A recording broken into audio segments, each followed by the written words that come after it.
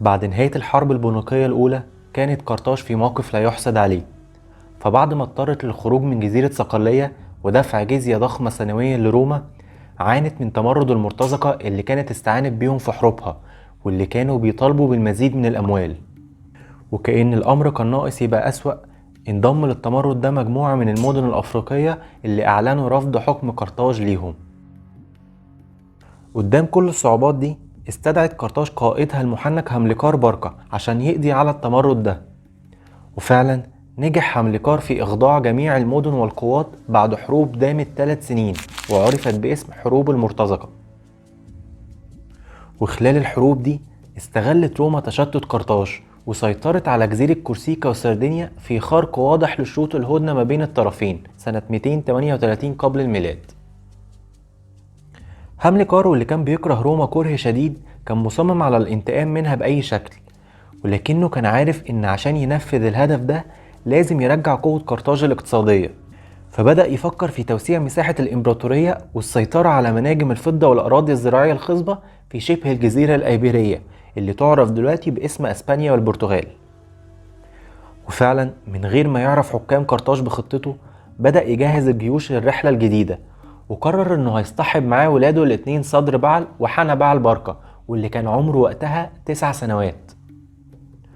وقبل الرحيل وقف هملكار باركا مع ابنه حنا بعل وخلاه يقسم على انه عمره ما هيكون حليف لروما، وانه هيفضل معتبرها عدوه الاول اللي لازم يخلص منه في الوقت المناسب.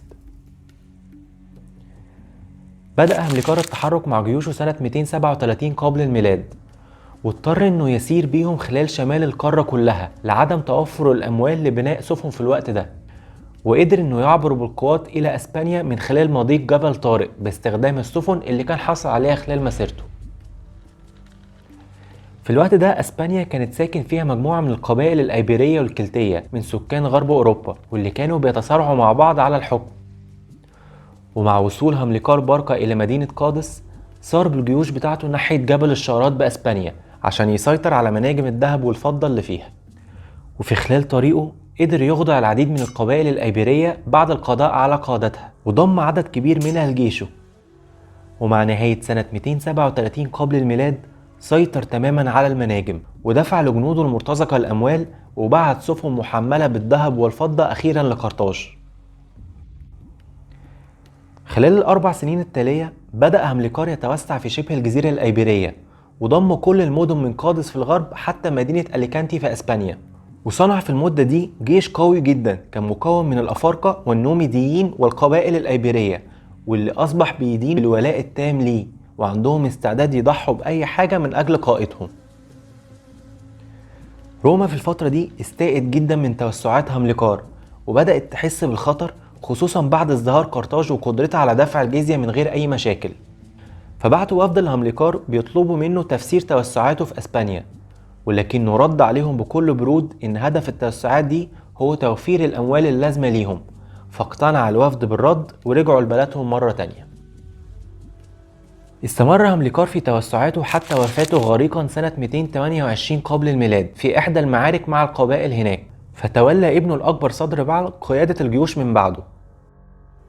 صدر بعل لقب بالعادل لأنه كان بيفضل الدبلوماسية عن الحرب، فسلم جميع الأسرى إلى قبائلهم عشان يبين حسن النية معاهم، وأسس مدينة قرطاج الجديدة في الجنوب عشان تكون عاصمة للمدن القرطاجية هناك، بالإضافة إلى أنه عمل اتفاقية جديدة مع روما دورها هيكون مهم جدا في الأحداث اللي جاية.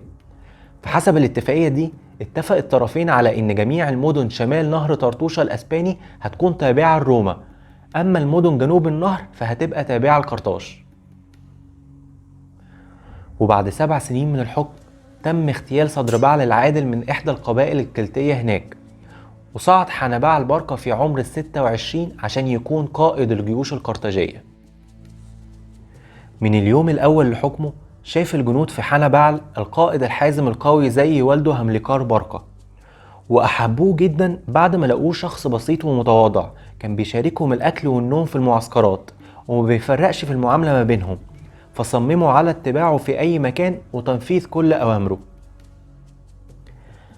الحقيقة حنبعل ما كانش ناسي الوعد اللي وعده لوالده من 15 سنة، وكان عارف إن يوم المواجهة مع روما بيقرب، وعشان كده ركز في أول سنتين من حكمه على زيادة نفوذه في أسبانيا وتجميع جيش قوي يسنده وقت الحرب، فانطلق في حملتين على أهم المدن جنوب نهر طرطوشة، وأخضع سنة 221 مدينة إليثيا ومدينة هيليمانتس في السنة اللي بعدها. ولكن في خلال طريق رجوعه تعرض حنبعل لأول اختبار حقيقي في رحلته، فالقبائل الأيبيرية عملت كمين ليه عند نهر تاجة بأعداد كبيرة جدا وصلت ل100,000 مقاتل. حنبعل أدرك إن الأعداد مش في صالحه، ففضل إنه يستنى وما يدخلش في مواجهة مباشرة معاهم، فأمر الجيوش إن هي تعسكر بالقرب منهم وبعت كشافته عشان يستطلعوا المكان كويس. وفي خلال الليل ساب مجموعة من الحرس في المعسكر وأشعل نيرانه عشان يوهم القبائل إن الجيش لسه في مكانه، وأخد باقي القوات والأفيال وعبر النهر من مكان بعيد. ولما جاء الصباح اندهشت جدا القبائل الأيبيرية إن حنبال عدى النهر، فقررت إن هي تنطلق وراه عشان تلحقه. ولكن في لحظة عبورها للنهر أمر حنبال الفرسان والأفيال بالهجوم عليهم، فبدأت الصفوف بتاعتهم تنهار وغرق العديد منهم، واللي قدر يعدي قضى عليه حنبال وباقي الجيش. وبدأت القبائل بعدها تهرب بحياتها وطاردهم حنبال وأثر منهم الكثير.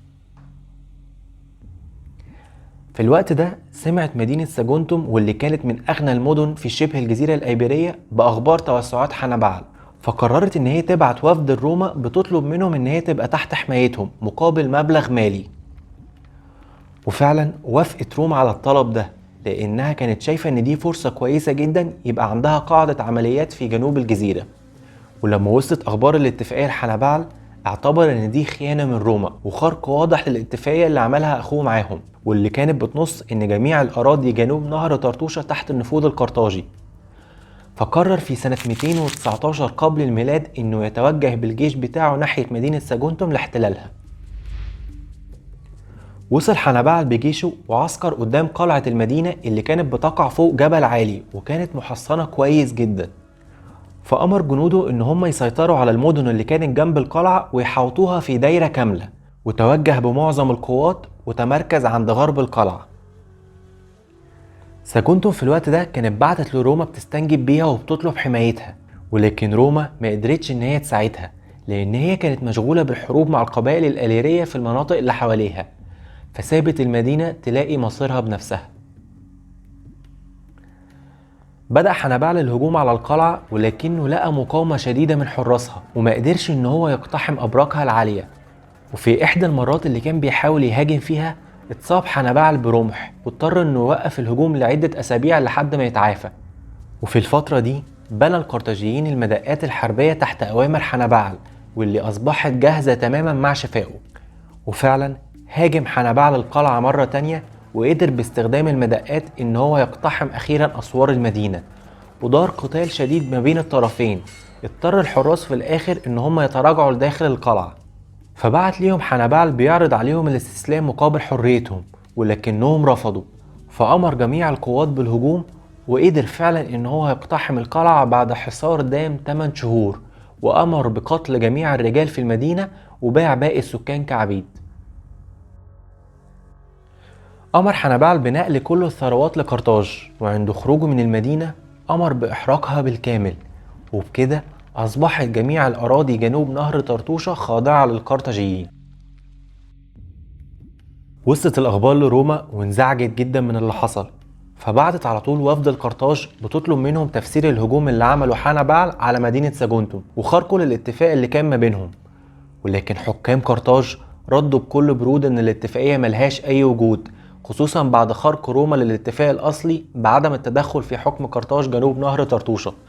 فخير الوفد الحكام ما بين الحرب والسلام، فاعلن حكام قرطاج ان القرار بيرجع ليهم هم شخصيا، فاختارت روما الحرب.